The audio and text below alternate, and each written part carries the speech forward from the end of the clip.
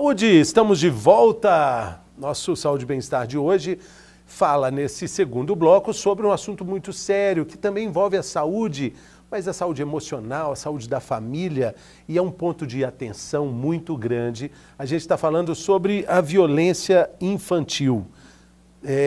Os números são alarmantes e as circunstâncias onde essa violência é praticada é também um dado alarmante, porque ela é praticada muitas vezes dentro de casa, por pessoas próximas à família, e a gente vai entender mais sobre isso, como evitar, como reconhecer sinais dessa situação.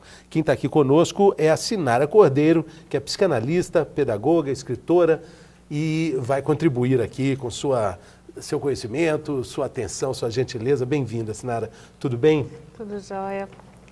Estava falando sobre a violência infantil e dando esse dado de ser algo que acontece em casa muitas vezes. Quer dizer, talvez quase que na maioria das vezes, né? Sim, em primeiro lugar, nós precisamos entender que a violência contra crianças, ela existe e ela é pautada como algo que vem como eu vou educar. Então, quem é vítima dessa violência só se dá conta na fase adulta, diante dos traumas que essa violência causou ao longo da vida. Então, é muito importante que os pais tenham essa conscientização. O que é de fato a violência? Porque hoje, quando uma criança é agredida, sempre tem aquela pergunta, mas o que você fez para deixar o seu pai bravo? Será que um adulto ele tem essa fragilidade de perder o controle por conta de uma atitude da criança? Antes de tudo, antes de querer controlar alguém, eu preciso ter contato com as minhas emoções. Entender que a criança está em desenvolvimento, o cérebro não está maduro e ela vai agir por impulso. Então, nada explica essa violência contra as crianças e os adolescentes. Muitos falam, ah não, mas um tapinha, ah mas não deixou marca, ah mas não quebrou, ah mas não machucou, ah bati, apanhei, mas não morri. Ainda bem, né, porque era para morrer então, porque essa violência, ela traz prejuízos, traumas. É aquela sensação assim de, um exemplo, nossa, eu estou tão feliz, mas parece que de alguma coisa ruim vai acontecer. É um trauma. Por que você não pode estar feliz? Por que você sempre precisa viver com o fantasma de que algo muito ruim vai te acontecer ali a qualquer momento? E muitas vezes essa criança, ela vive com esse fantasma. Eu vou sair na rua, eu vou fazer alguma coisa, vai ser sempre reprovado. E quem reprova? Os adultos. Muitas vezes por falta de conhecimento, reproduzindo comportamentos. E entende-se que, peraí, se eu não bater, não vai resolver. Peraí, resolve de que forma? Momentaneamente, porque você acaba tampando o barulho inicial. E não apenas indo na causa daquele comportamento. Mas também os pais acabam repetindo ciclos, você disse, né? Algumas vezes os pais podem dizer, eu bati, porque eu também apanhei muito. Mas ele apanhou de alguém que também apanhou, que por sua vez também apanhou. Exato. E aí que é o ciclo, né? É possível quebrar esse ciclo de violência. É possível. Como? Conscientizando. Aonde é que te doeu quando você apanhava? Ah, eu cresci, me tornei um homem de bem, uma mulher de bem. Sou grata aos meus pais por isso, porque senão eu podia ter virado. Aí vem sempre aquele roteiro pronto, né? Um bandido, uma mulher, sei lá das quantas. Só que, como eu vou escolher e decidir não reproduzir? Aprendendo novas ferramentas e conhecendo sobre o desenvolvimento humano. Porque nós estudamos para tudo, menos para educar filhos. Ah, não, eu vou educar por impulso. Nasceu um bebê, nasce uma mãe, nasce um pai. Todo mundo perdido, então? Todo mundo precisando de cuidados?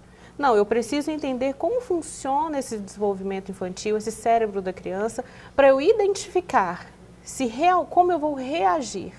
E aí eu vou começar a fazer o paralelo, né? Peraí, eu fui agredida nessa situação, só que o que meu filho está dizendo? Eu costumo dizer que toda criança vem com manual de instrução. A diferença é que esse manual de instrução está em movimento e os pais não têm tempo para parar e olhar o que ele está dizendo. Mas ele está falando o tempo todo. Mas ele está falando o tempo todo. O tempo todo. Por exemplo? Um exemplo. Eu atendo uma família que eles me procuraram porque eles estavam a ponto de ser despejados mesmo do apartamento onde eles moravam, por conta dos gritos, 6 horas da manhã. E a mãe desesperada. Das crianças? Por conta das crianças. De uma criança? 2. 2. E aí ela, naquela angústia toda, falou assim, Sinara, eu estou a ponto de ser colocada para fora daqui. Porque 6 horas da manhã começa a minha luta, grito em cima de grito. E eu comecei a perguntar, o que você faz? Não, eu mando o menino fazer, vou falando, faz isso, e ele fica parado. Falei, tá, mas são muitas informações ao mesmo tempo? Qual a idade do menino? 6 anos. 6 anos. 6 anos. O mais velho, 6, e o caçula, 4. E eles precisavam sair de casa às 6h30. E aí eu conversei com esse menino e falei, o que acontece pela manhã quando a sua mãe pede para você fazer as coisas? Ele me respondeu assim, eu não consigo entender. Ela fala muita coisa ao mesmo tempo. Imagina você sendo comandado por uma equipe, aí tem um ponto, vira para a esquerda, vira para a direita, vira para... Aí você fica assim, peraí, para onde que eu vou, gente? Um de cada vez. A criança também. Então, qual foi o direcionamento? Levante mais cedo, fale pontualmente, olha, agora está na hora de você vestir seu uniforme. Lancheira, pega suas coisas e pontuando e observando qual é o retorno da criança. Uma semana depois, ela me retorna e fala assim, meu menino começou a arrumar sozinho. Por quê? Ele precisava entender o que precisava ser feito para começar a reagir diante daquele comando. Interessante. E a mãe tinha a loucura dentro da cabeça dela. O tempo, está acabando o tempo, não posso chegar atrasada. E às vezes chegava atrasada e colocava a culpa sobre a criança, tá vendo? Cheguei atrasado no emprego, se eu perder o emprego, vocês não vão ter essa boa vida. E o menino ficava irritado. É a irritação. Causava o quê? Esse cérebro que não está maduro o suficiente, que é o cérebro primitivo, é o cérebro onde está contido ali todos os impulsos. E a forma reativa da criança é chorar de desespero, eu não sei o que fazer. Então é necessário conduzir. E nesse momento, quando ela tinha esses acessos de raiva, ela chegava a partir para a agressão, de puxar, dar uns beliscões, falando logo, e nada acontecia. Então é um fato que eu preciso identificar o que está acontecendo dentro da minha casa para começar a reagir, não como a situação pede, mas de uma forma diferente. Interessante. E isso tem muito a ver com a birra. Quando a gente fala que a criança, é ótima essa frase, né? A criança tem um manual de instruções que está em movimento o tempo todo. E os pais precisam ter disposição e habilidade para acompanhar essa leitura. Muito legal. Essa aí é pedra preciosa aqui do nosso Saúde e Bem-Estar. Adorei essa. A birra é um recado e tanto desse manual de instruções? É, e toda criança faz birra. Até adulto faz? Adulto faz birra. Então, umas com uma intensidade maior, outras menos. Mas aí entra a questão. Os pais têm um fantasma mental morando na mente dos pais. Nossa, tá fazendo birra. Quando crescer, vai mandar em casa. É a primeira fala. Se eu deixar desse jeito, vai mandar em mim. Ou então, se estiver no grupo social e os pais reagiram com medo do que as pessoas estão pensando sobre a educação que ele está dando ao filho, ele vai reagir pelo medo do julgamento e não da melhor forma possível. A criança faz birra porque ela não tolera frustrações. Ah, então vou ter que ceder o que ela quer? Não. O primeiro fator para a criança conseguir se autorregular, e ela não se autorregula sozinha, deixar a criança chorando no quarto para aprender, ela só vai aprender a desenvolver o sentimento de abandono. E não entender que ela precisava esperar. Se o pai acolhe, o que significa esse acolhimento? O acolhimento é mostrar segurança. Porque às vezes os pais gritam, brigam, falam que estão fazendo passar vergonha em público e depois vai lá e faz o que a criança queria. Porque sentiu culpa. E avacalha tudo. E avacalha. Não aprende, a criança não entende a questão da frustração, ela precisa passar por essa frustração. Só que passar sozinha, abandonada, Não é a melhor opção. Mas as crianças, elas também, de alguma forma, também aqui entre muitas aspas, elas podem ser tiranas com os pais. Elas podem também enlouquecer os pais muito porque elas têm uma lógica diferente do que os pais esperam. Porque se os pais têm mais de um filho, uma pode ser completamente diferente da outra. E essa lógica de recompensa que os pais podem colocar pode não estar bem estabelecida para a criança, tipo, é preciso arrumar a casa, o quarto pelo menos, arrumar os brinquedos. Como é que ela vai negociar isso? Às vezes com o filho negocia de um jeito, mas com o outro é mais difícil. Cada criança funciona de um jeito, isso é fato. A questão de recompensa eu gosto de separar da seguinte forma. O que precisa ser feito dentro de uma casa? O que você precisa fazer independe se você tiver afim ou não. Tipo, arrumar o quarto depois de brincar. Arrumar o quarto. Você vai ficar desanimada, a criança vai ficar desanimada porque tem muitos brinquedos esparramados, só que é necessário. É uma tarefa? Tem que fazer? Igual a gente faz na vida, tantas coisas que a gente não quer fazer? Já é isso? Eu não coloco como tem que fazer, eu falo que é necessário. Por que muda? O que muda na cabeça da criança?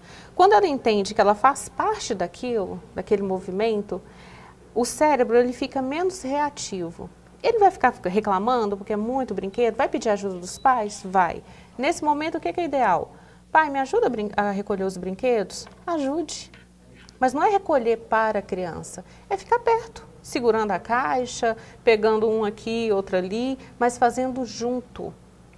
Muitas vezes, o que faz com que os pais percam a cabeça é o menino sentar, falar que não vai recolher, aí começa, vai sim, eu vou jogar fora. Começa a fazer ameaça, e aí vem a explosão da reatividade da criança, e é onde começa o tudo para acabar em uma violência. A questão é como conduzir. Você, eu aprendi dessa forma também. Não deixe para amanhã o que você pode resolver hoje. Só que vai existir momentos que a melhor forma de reagir é não reagir. Porque você vai estar com raiva, vai estar cansado. E agindo no impulso, você vai acabar perdendo a cabeça. Porque são os adultos que perdem. E essa questão da tirania da criança, a criança, existe esse mito, né? Que Eu vi que você não gostou quando eu falei que as crianças podem ser tiranas, mas na verdade eu queria corrigir, eu queria dizer, é uma pergunta, crianças podem ser tiranas? Não, não. Aí tem um ponto. Por que vem essa fala? Porque muitos adultos acham que a criança ela tem um lado perverso que vai fazer com que os pais sejam submissos a elas. Isso vem assim, ó, de anos. Não vou saber precisar de quando começou.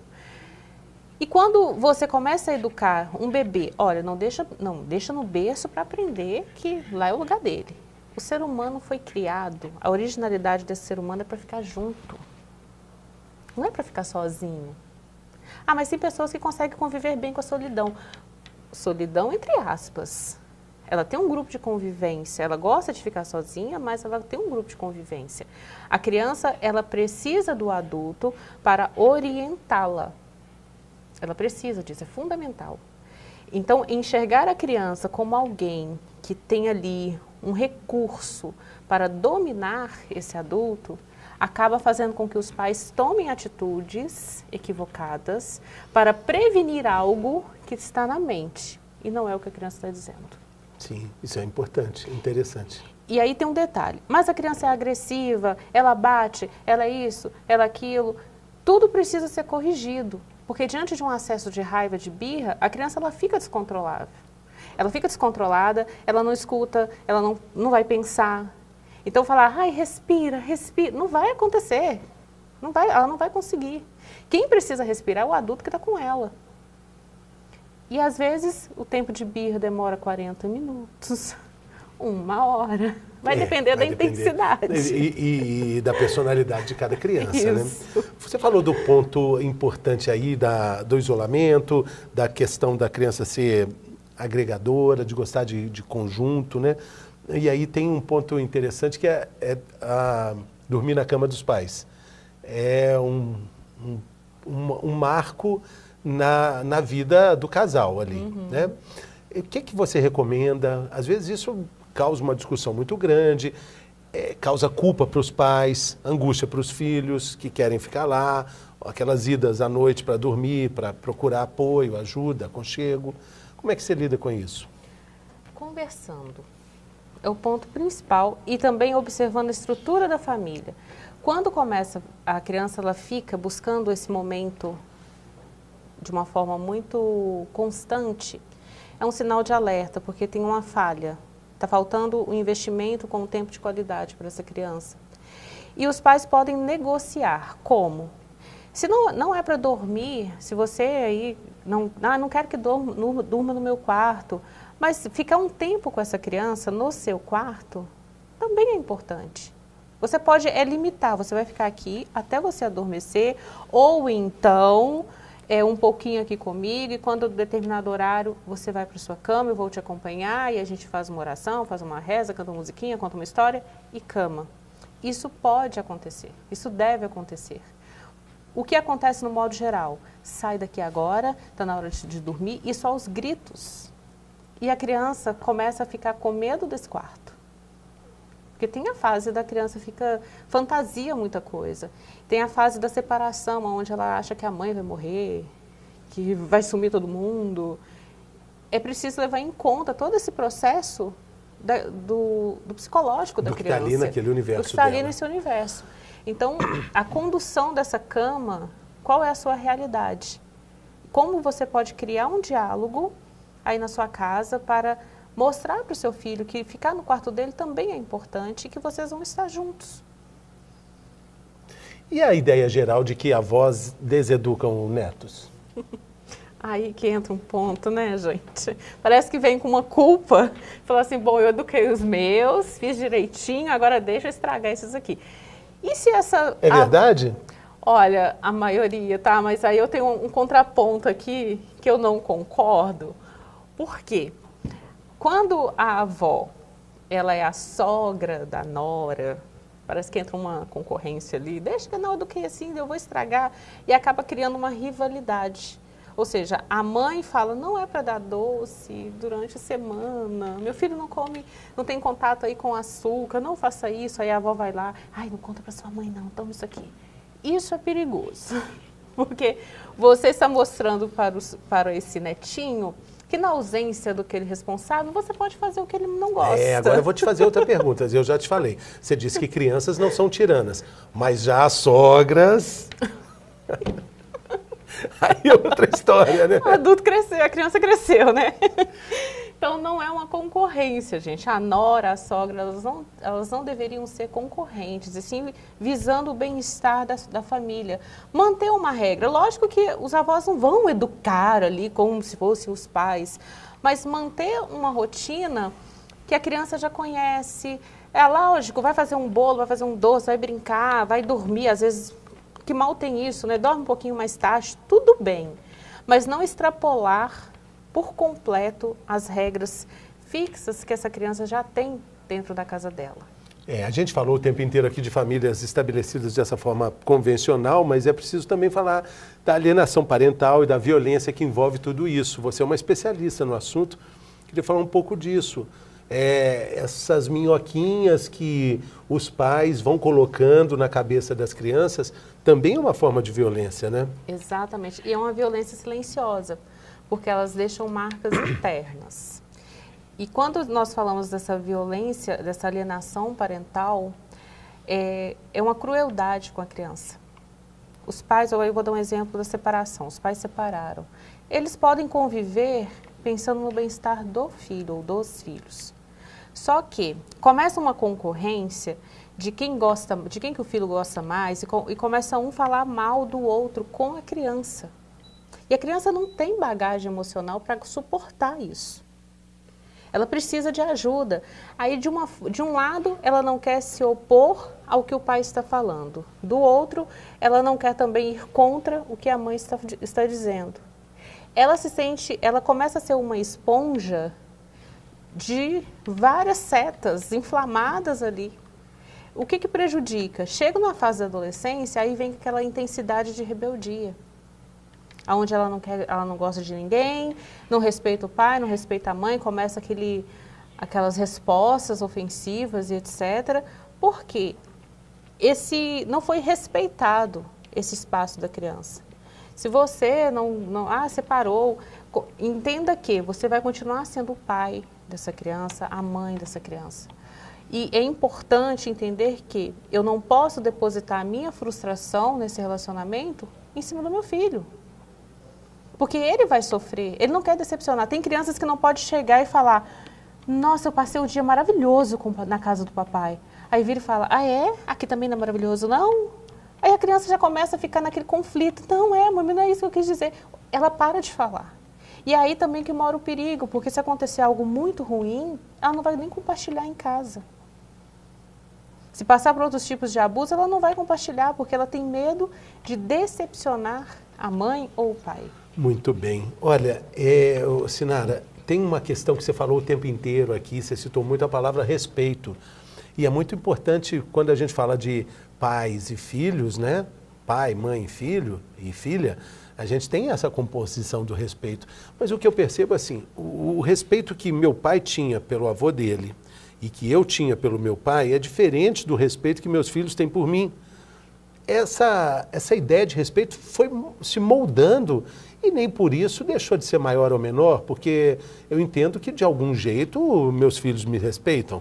Não como, talvez eu respeite meu pai e não como exatamente meu pai respeitava o pai dele. Exatamente. E essa palavra respeito, respeitar as crianças. Os adultos, eles falam assim, como assim? Menino não sabe de nada? Ou então, se eu aparecer, o meu filho para o que está fazendo. Ele parou por quê? Porque ele entendeu que você tem um recado para ele ou porque ele sentiu medo de ser reprovado?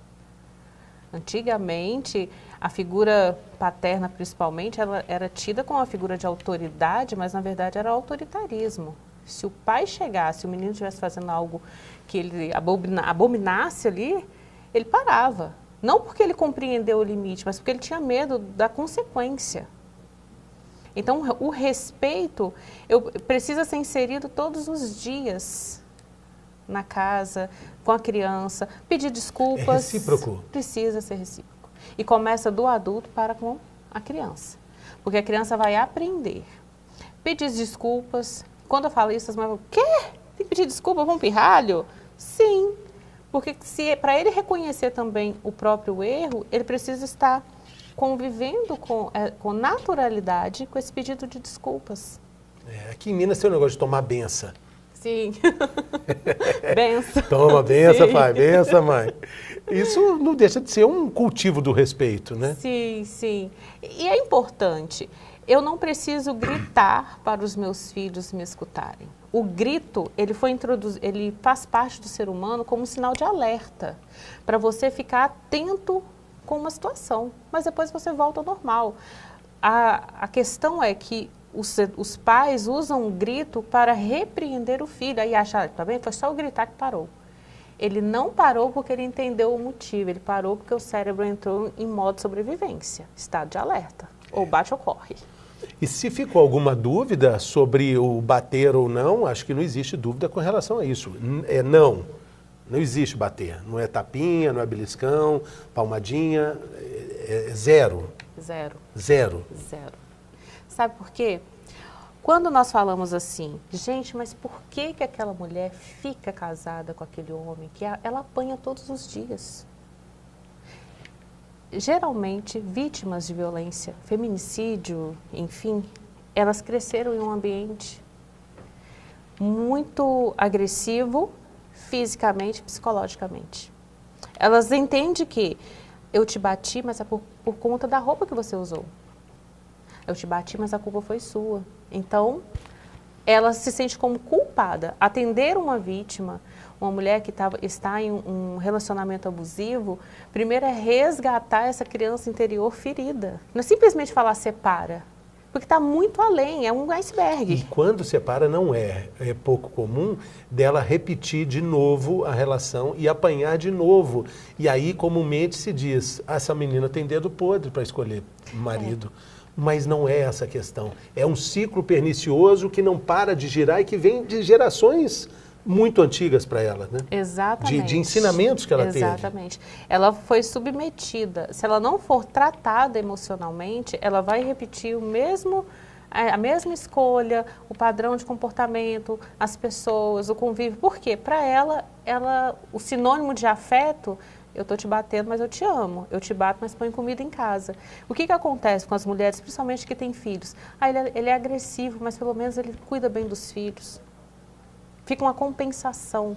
E a questão da dependência financeira, emocional, ela é muito séria, principalmente para as mulheres, que causa uma vulnerabilidade muito grande. E aí a gente entra também aqui para finalizar nossa conversa, mas que valeria um outro programa, a questão da violência sexual, né? Que também acontece em casa, por pessoas muito próximas. Exatamente. Né? Invariavelmente alguém da família, né? A maioria das vezes. A maioria das vezes. Porque a violência sexual contra as crianças, ela é um vulcão que está aí explodindo e muitas vezes a criança ela fala, só que o adulto está muito... não dá ouvidos. De novo, o manual de instruções. Essa frase é maravilhosa. A criança tem um manual de instruções que está em movimento. O adulto, para ler e entender, precisa parar ou se movimentar junto com ela. Isso, e acreditar. E acreditar. Eu tenho um livro que conta a história de uma criança pedindo socorro quando ele estava sendo vítima de abuso sexual. O livro é Se Eu Te Contar, Acredite. E eu coloquei dentro desse livro todas as formas que uma criança sinaliza quando ela está em sofrimento, quando ela está pedindo ajuda. Isso serve para quanto a abuso sexual, violência, bullying, alguma questão que está incomodando essa criança. Vamos falar 3 aqui, rapidinho. Dá tempo ainda. Dá. A alteração de comportamento. Às vezes uma criança dada como tranquila, ela fica mais agressiva. A criança, ela começa a ter comportamentos que a infantilizam, volta a fazer xixi na cama, xixi na roupa, ou então pode acontecer o inverso, né? Ela começa a usar roupas largas e fica mais caladinha, mais quietinha no canto dela. E aí cabe uma atenção, porque nós adultocêntricos achamos que a criança boa é aquela que não dá trabalho. Aquela criança boazinha, que está tudo bem, nossa, ficou tranquila agora. Se o seu filho muda bruscamente de um comportamento, vai de 8 a 80, precisa ligar o sinal de alerta e pensar, por quê? O que aconteceu? Por que teve essa alteração de comportamento? Porque para a criança elaborar um abuso sexual, demora muito tempo. Ela sente o desconforto no seu próprio corpo, mas ela não consegue ainda, porque não tem uma conotação sexual. O que eu estou fazendo aqui? Por que está acontecendo? O corpo sinaliza que alguma coisa está errado. Muitas vezes ela vai buscar uma família de confiança, um parente, às vezes traz na escola. A escola é um campo onde a criança consegue externar bem isso e as professoras, a maioria, acredita no que está acontecendo. É aí que é o ponto de fala. Agora que eu sei como eu vou proteger essa criança. Muito bacana. A gente ficaria aqui até amanhã de manhã de tarde falando sobre isso, mas infelizmente o programa de hoje acabou. Sinara, querida, muito obrigado. Sinara Cordeiro, psicanalista, pedagoga, escritora. Como é que a gente te acha nas redes sociais? Fala aí. No Instagram, Orientar e Acolher. @Orientar e Acolher. Isso. E no YouTube, Orientar com Sinara Cordeiro. Muito bem. Muito obrigado. Sucesso na jornada. Obrigado pela gentileza. Muito bom estar aqui. Foi muito bom mesmo. Muito obrigado também pela sua companhia. A gente fica por aqui, mas também volta por aqui. Até a próxima. Saúde!